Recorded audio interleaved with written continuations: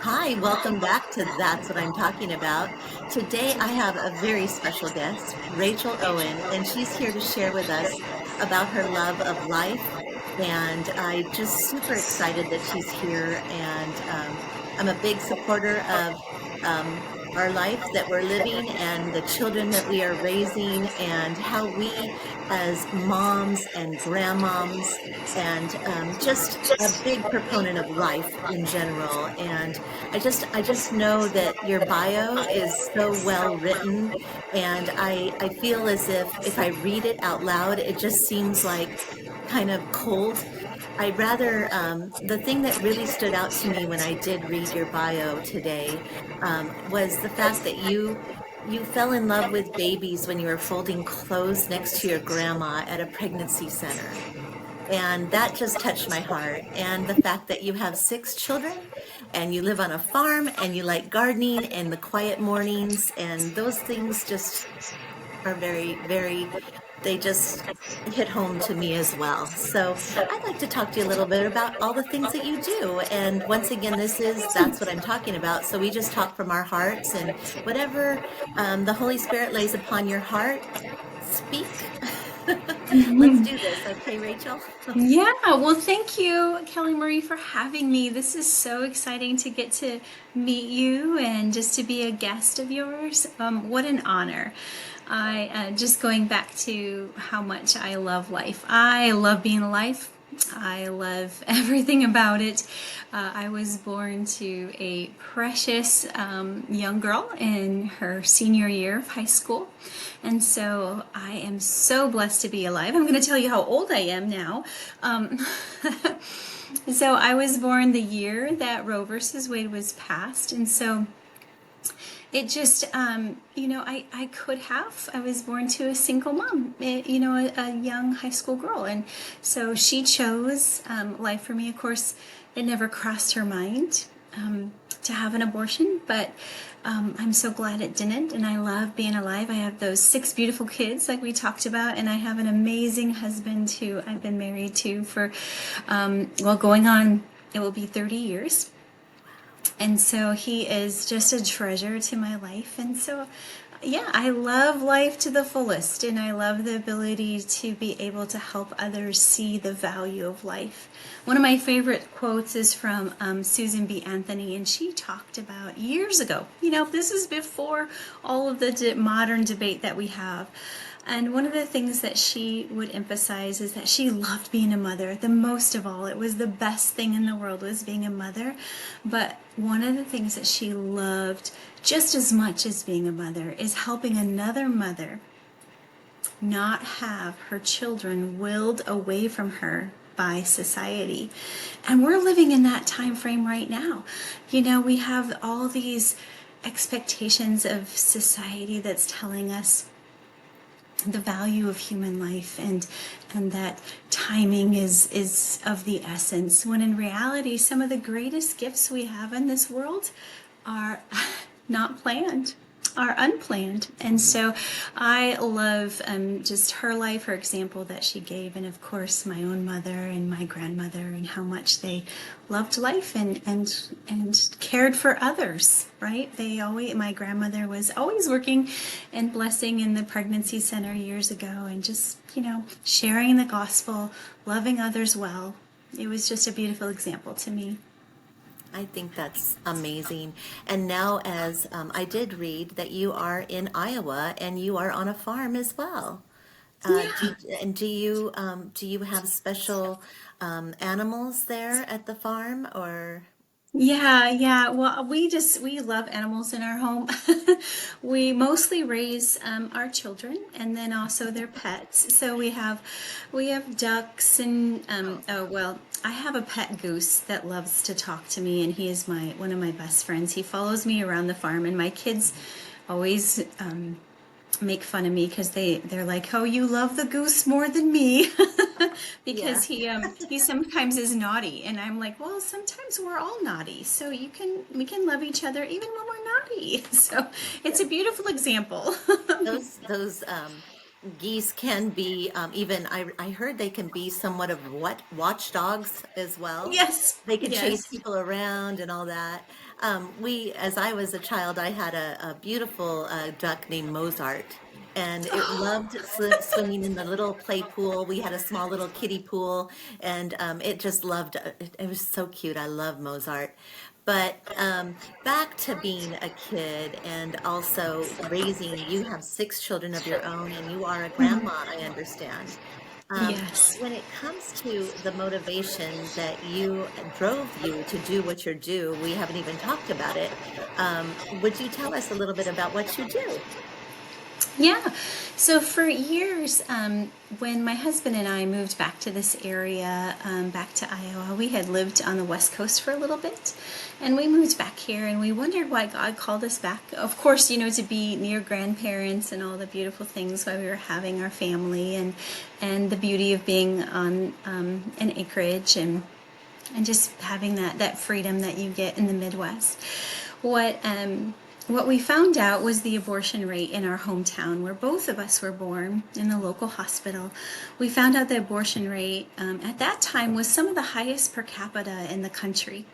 Not the highest, but the highest per capita, meaning there's just a lot of college students here. It's a very college driven community, lots of doctors, lots of a teaching hospital, lots of students. I think we have, at that time, we had just as many students as we had people living in the community, so about 30,000. So, Well, um, and there is a lot of abortions per capita.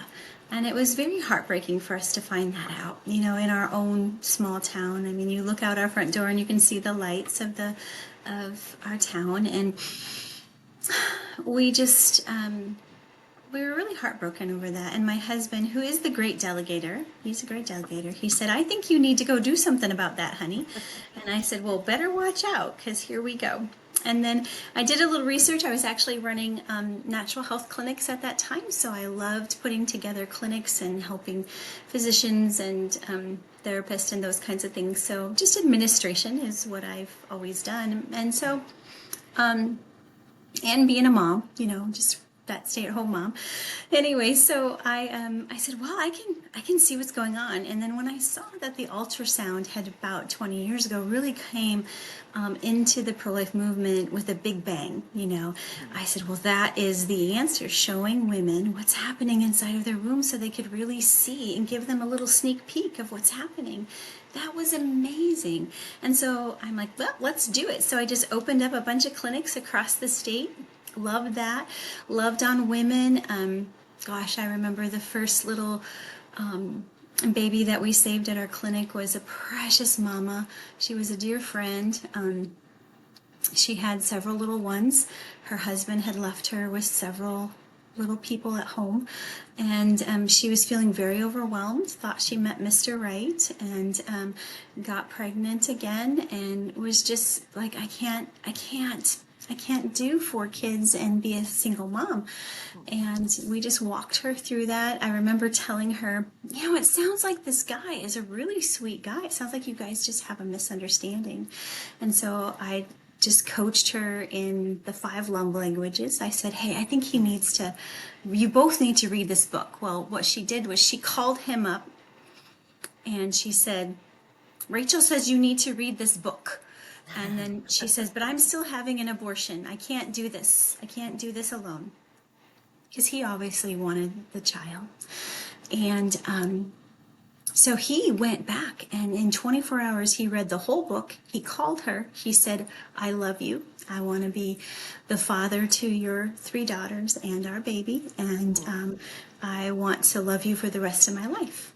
And so I did not know at the time when I told him to read that book that he had 5 boys of his own. Mm. Now they have 11 children. She's a homeschool and rock star mama, and it's a beautiful story. Just a great story. So that was many, many, many, many, many years ago. But when that happened, I was hooked, man. I'm like, this is beautiful. So showing her and her sweet husband to be that baby on the ultrasound was everything. Because life happens. Life is muddy. Life is messy. Life is hard, but God is good. And sometimes we just have to get above that and see that He is good, and also see that life is precious and valuable. And sometimes in that moment, especially as women, we can get overwhelmed, right? We can get overwhelmed. So it was so precious to walk her through that overwhelming time, to be her friend, to care for her and her precious family, and to see them thrive. So I was completely hooked. I'm like, this is amazing, and been doing in the ministry ever since. And then about 3 years ago, God called me into loving women online, because this generation that's here, we noticed that some of the our numbers were going down on how many were coming into our clinics, our life affirming clinics. And we just did a deep dive into what the next generation, who they are. How do we love them well? And we kind of went into it like this. If you're going to go to China to share the gospel and share the love of Jesus Christ, you're going to want to learn Mandarin. You're going to want to learn the language. You're going to want to, I think of Hudson Taylor and how he would, he was one of the first missionaries to wear Chinese clothes and to, learn the culture so that he could speak to the Chinese people with great love, right? And understand and phrase it in a way they could grasp it, right? Well, as we're looking at this precious generation that's coming up, this Gen Z, Gen Alpha, they do things differently. They actually have a different love language. They have a different language altogether. Actually, Gen Alpha have a whole different language. Have you heard them talk? They've got, like, everything is almost a different different dictionary. Anyways, and Gen Zs spend about 16 hours a day texting. I'm not sure when they sleep, but they spend about 16 hours on their phone, and that's really their love language. And if we're going to meet them where they're at, to share not only God's love, but the value of life and their value, right? So that they can see their value as a mother and as a father, we got to meet them where they're at, and that's on the phone. And so then we develop this beautiful program where we have 24/7 nurses who are answering texts 24/7. We had about 17,000 conversations with Gen Zs last month. That's That's so many. That's so lovely. so many. Yes, so many young, and so about a third of them are really determined. They're determined to have that abortion. Um, they either have ordered the abortion pill online, or they already have it in their hand, and they have some questions they want to talk to a nurse about, because this generation has really been told that abortion is health care, Mm-hmm. and and that's how it's distributed, right? And so we really have to meet them in that realm. And so having a clinic and working with nurses is really where it's at, and being able to provide the truth. There's lots of lies out there, lots of deceptions, and really the deception is revolved around population control, right? Just the lie that the earth is too full, and it's not. It's not. Yeah. We have a decline, and every human being is created in the image of God, and beautiful and worthy, and has so much to bring to the world. And wow, it's just so incredible to get to bring life affirming care to them in truth. And then about a third of those girls that are calling are just vulnerable. They're very vulnerable. Maybe there's resource issues. Maybe they don't really want to have an abortion, but they're being pressured. 60% of young women today are coerced into abortions. And so we want to be able to be there for them and find out what's going on in their life so that we can meet those needs beautifully. And then also another third of those are likely to carry, meaning that they want to carry, but they have some major difficulties and uphill battles in their lives that they need to be connected with local resources and loved well. So that's what we're doing now, and it's been phenomenal. We were in about 47 states right now, and it's been incredible to just love well, right? Just Who love with are the everything. holdout states? Yeah, well, we're working on. So we work in states where our nurses are licensed, Hmm. and where we have funding. So we're working on Oregon and Hawaii. So those are a couple that are kind of those holdout states right now. Yeah, bummer. I'm my prayer is that you'll be in all of our states, Yes, and ma'am. that would be so lovely.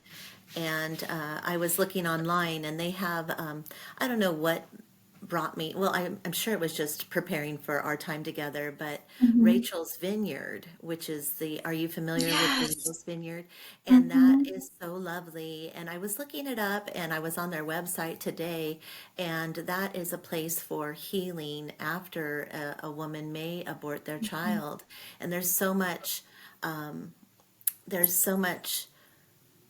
grief and hiddenness that a lot of people don't realize after they go forward and perhaps have an abortion and the death of their child. It's just, it's unrecognized, and therefore they have so much deep seated things that they have to grieve about. And those Rachel Vineyard, it's so lovely. And I noticed that when I was looking online, it says pick your state, where are you at? And I went on every 50 of the states, and I recognized that five, I believe it was about five states didn't have it. I was like, darn it. And so Oh, my yeah. prayer, of course, is to get, oh, Mhm. please, those states, if they can just Yes. possibly get that as well. And Mhm. I just, now the name of your nurses, 24-hour, Mhm. 27, it's, what is it? 7, It, 20, 24/7. Yeah. 24/7 nurse chat. Yeah, it's actually it's the name of it is Infinite Worth. Yes. Is the name of the organization. So it's the Infinite Worth Project. Our project is set out to let women know that they are infinitely valuable. Women can't see that the life inside of their womb is valuable until they know they are valuable. 100%. Mhm. 100%. With your experience with raising the six kids, and Mhm.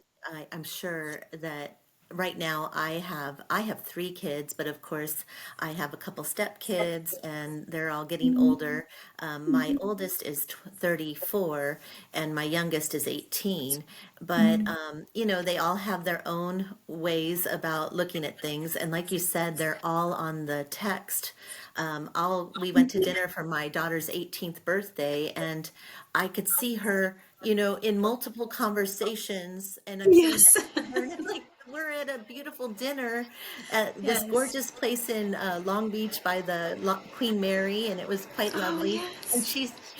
I'm like, and I wasn't admonishing her in any way. I just Yeah. was like, I'm fascinated that she could be so engaging and so involved in our conversation as well as all the other Mhm. conversations we're having. And I'm like, that's amazing to me that she could do that. And I love Mhm. when we did speak earlier today, you had mentioned about meeting them where they're at. And I Mhm. have always, it reckoned a time, basically, I recollected when I was getting ready before, I was thinking about a time in my life where there was a lovely woman, and we were in women's fellowship at the time, and her son was struggling with opioids, and he was Mhm. addicted.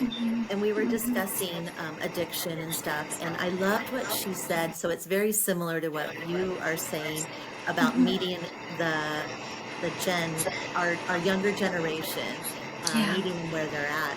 Well, she said, you just have to love them where they're at. And so that next step, I just wanted to share, and I just wanted to like blanket it with loving them where they're at. And some are not prepared for that love, No. but because there's a certain, like, you need to be so receptive to where they are at. So I get Mhm. meeting them where they're at. but I also want to blanket it with loving them where they're at because she taught me a long, long time ago that with all of our loved ones, we just got to love them right where they're at. Because truly, indeed, everyone is struggling in their own way, or Yeah. perhaps they've made it through, but then there's always obstacles because this is life, right? As we know it. But if we could just go from that acceptance and work from there, I think that's the Yeah. key. And once again, love is the key. And I know our hearts are are amazing. They're the largest, strongest muscle of our entire body Yeah. is the heart. And the smallest muscle is the stapedius, which is in our ear, our inner ear. And that is, and Yes. so it's so funny, the smallest muscle needs to connect to the largest muscle, and the other muscle would be our jaw. Our jaw Yes. is the strongest. I'm sorry, it wasn't it was the jaw that's the strongest. So we have this strong jaw and we have this very Tiny. weak muscle here. And so if we can just strengthen this one, and with less of this, even though my shows, that's what I'm talking about, maybe we can promote all this love and the genuine love of life and Yeah. life at it. The minute you realize that you're pregnant, that's a baby, and that is it's a miracle. And I just know that I was doing a little research, and there's actually when the baby when they fuse together, there is like a Yes, it's a spark of light. It's a yes, the spark spark of, of light. how could I Yeah. not know that? The spark of light. And, people think maybe I'm a little nutty. I don't really care. But I know my body well enough, and I was older. I was almost 40 when I had my last child. And I felt a fuse. It was the most amazing feeling in my body.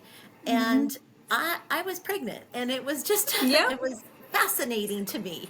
And Yes. I got my girl, and it's just I could only hope that the women, all of our younger generation moving Yeah. forward, even our older girls, that they know that if they have a baby that's growing inside them, that baby's meant to be, Yes. and that baby isn't a part of their tissues. It's, we house our babies, and in order to, like you said, seeing is believing. And when we see that little baby, um, on the ultrasound, like you're doing with the nurses, and I am so impressed by these ultrasounds now. They're so high tech. Yeah.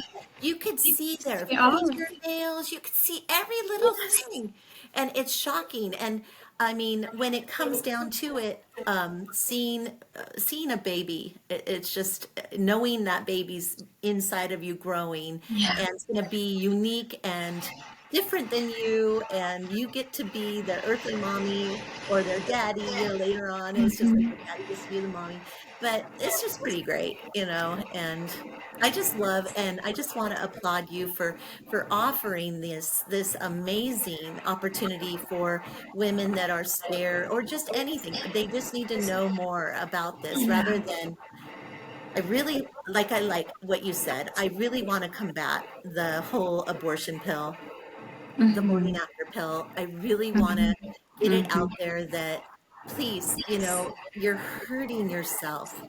You're Yeah. hurting Yeah. yourself if you have unprotected sex, and it's like unplanned pregnancy, and you go ahead and find out you're pregnant, and then and don't to take this as like a cure all. It's not going to cure all. It's not going to cure anything. Just like, Oh, you know, yeah, and it's so there's been so much misunderstanding. I love this verse. There's actually a verse in oh, good. John that I talks would about love. light. That talks about the light, right? So in Yes. John it's talking it goes all the way through in the beginning of John it talks about the light of men, right? How God is the light of men. But I love this one. It is so precious. It's John 1:9. It says, "That was the true light which gives light to every man coming into the world." And so, like every man, when he comes into the world, it's that little light inside of the womb. It's that It's spark that of light. it's that spark of light. But Yeah. it's then also, I mean, he is the light. God Yes. is the light. Hmm. He is the, in the beginning was the Word, and the Word was God, and the Word was with God. And I mean, it's just like he is the Word, he's the light, he's everything. And then we're created in his image. And so when we're created, there's a spark of light. So I love reading that scripture. It's just so beautiful. And I love that when they first came out with that, when the research saw that, I was like, oh yeah, he created us in our mother's womb. He knit us together. It talks about that in Proverbs. So it's just so amazing how he actually shows us. He actually shows us the way. And he said, and in Deuteronomy, it talks about, I set before you life and death, and I implore you to choose life. And so we are just in a time and age where we have really it's a battle of good and evil. It's a Truly. battle that goes, the enemy has come, John 10:10 talks about the enemy comes to kill, steal, and destroy, but I have come to give life and life more abundantly. And so we do have choices, and we have to bring that truth in love. That's what you were just talking about. We have to bring truth, but we have to do it in love, and we have to love them where they're at. And so we got to bring that truth at that time frame as they can handle it, as they need it. But we also can't step off of the truth. And the truth is that each one of us is infinitely valuable. We're created in his image, and there is darkness out there that doesn't want us to live to our potential, that doesn't want our children to live to our potential. And so there is this culture battle that says that, human beings are attacks on society, or they stress the world out, or, the Lord made the world and he owns a cattle on 1,000 hills. And so we have to have faith, like you were talking about. We come to faith by hearing the word. And we have to exercise that hearing. But also, if somebody isn't speaking it, nobody can hear it, right? So we have to speak that truth into our children and into this generation, that they are valuable. We're valuable. When we start devaluing human beings, it ends really dark. I look at some of the European nations.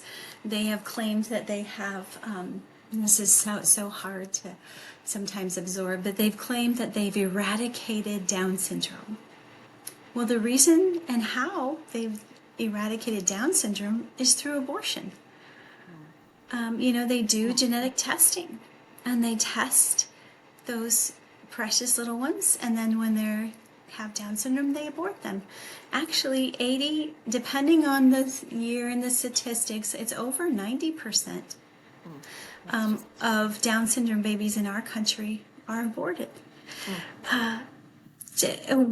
I can't tell you the value of human life is, how can I put the value on someone? I mean, we all have so much to give, and people with disabilities have so much to give to us, and it's so important. I wanted to share with you, their disabilities may be outwardly. We have them inwardly. So shame on us. Shame on us. Shame Yep. on us. And uh, I was under the impression, and I don't know, forgive me if I'm wrong, but when the girls go in for pregnancy testing, when they are pregnant and they're doing their prenatal care and they're going into their regular Yes. appointments, I was under the impression that they expect you to do an amnio test. And those amnio tests, I don't know if they do this still, but you're closer with the nurses. Maybe you can find this out for me and get back to me. But those amnio tests, I understand, are very evasive, and you can lose a child within 1 in 100. Children can die from those tests. The baby. Yeah. Is Now that there is strange? Yeah. now there's some blood tests they do that are less invasive. Okay. They can do blood tests on the moms, and they can they can find out all kinds of things. So there are some less invasive tests now than Mhm. there was probably 20 years ago. 20 years ago, there was a lots of invasive tests that were very questionable. I know I rejected all of them, because I'm like, Yeah, hey, we're gonna love whatever comes out. So right. it's gonna, God made it, we're gonna love it. That's what we're called to. But yes, now a lot of, which is also dangerous too, because it's so easy. It's so easy to do a lot of those testings now, and yeah, and so I think that what comes to this is it's a gray line, right? It's very very gray, and it's a very slippery slope to where who is valuable and who isn't. Recently, especially with all of the in vitro and the designer baby stuff going on right now, they have isolated the gene that is dyslexic, the dyslexic gene, and so So women bad. are deciding not to have their children if they have the dyslexic gene. So, I mean, I'm sorry, that's just crazy up the wazoos. I have a couple of children that are dyslexic, and they are some of the most loving, smart, intelligent. They're artists. I mean, they are gifted artists, and they see the world in a different way. I mean, we can't create a world where everybody is just like us. That's going to Mm-mm. be not only very boring, but it's also, we're each created differently to bring a different aspect to the world and to bring different visions, different ideas, different ways we see things. The one thing I love, even just as we were talking about Down syndrome, we have some beautiful ministries across the country where, Down syndrome adults work in the coffee shops and they love people and they're always full of smiles and joy, and yes, they have lots of health issues, but I have lots of health issues. We all have health issues. Right. Some are just seen and unseen, like you were saying. There, when do we draw that line as a society and what's valuable and what's not? Oh my goodness, I think we would do so well to go back to what God says. You're all created in my image. You're all valuable. 100%, 100%. We're coming upon it at 30 minutes now, and I don't want to keep you too much longer, but I really would like to share once again, if anyone wants to look into or seek further, you have a website, I believe? Yes, infiniteworth.org.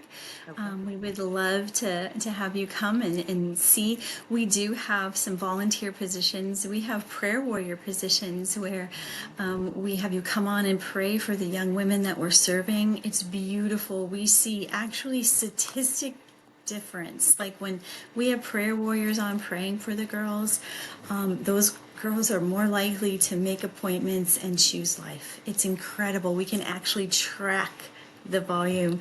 And when prayer is going on, it is incredible to see how their hearts respond. So prayer is important. So we have lots of volunteer positions for prayer, and of course we are a nonprofit. So we are funded by those private funds. So Keep them coming. yeah, And keep them coming. yeah, and also I just would like to share that I am just so touched that you were one of our guests and you're an honored guest, you're Oh, treasured. And I thank you just for want to say having me. thank you for allowing us to learn more about you and speaking from your heart. It was such a joy talking with you today on That's What I'm Talking About. Oh, it was such an honor, Kelly Marie, to meet you and to see where your heart is. And thank you so much for spreading the word and just speaking it out, speaking life out. I appreciate it so Let's much. And do so this does the more. Lord. Let's do Yes, this more. I let's think do we need this to more. encourage more of us, prayer warriors. We love life, and let's just keep on Yes, sharing and getting out there. And I believe, like you said, social media is it. We need to get out there and share, yes. and more of us. Yeah, All more right. of us. All Well, right. thank you Bless again. you. I appreciate your time. May God bless you, Bless because you that's what too. I'm talking about.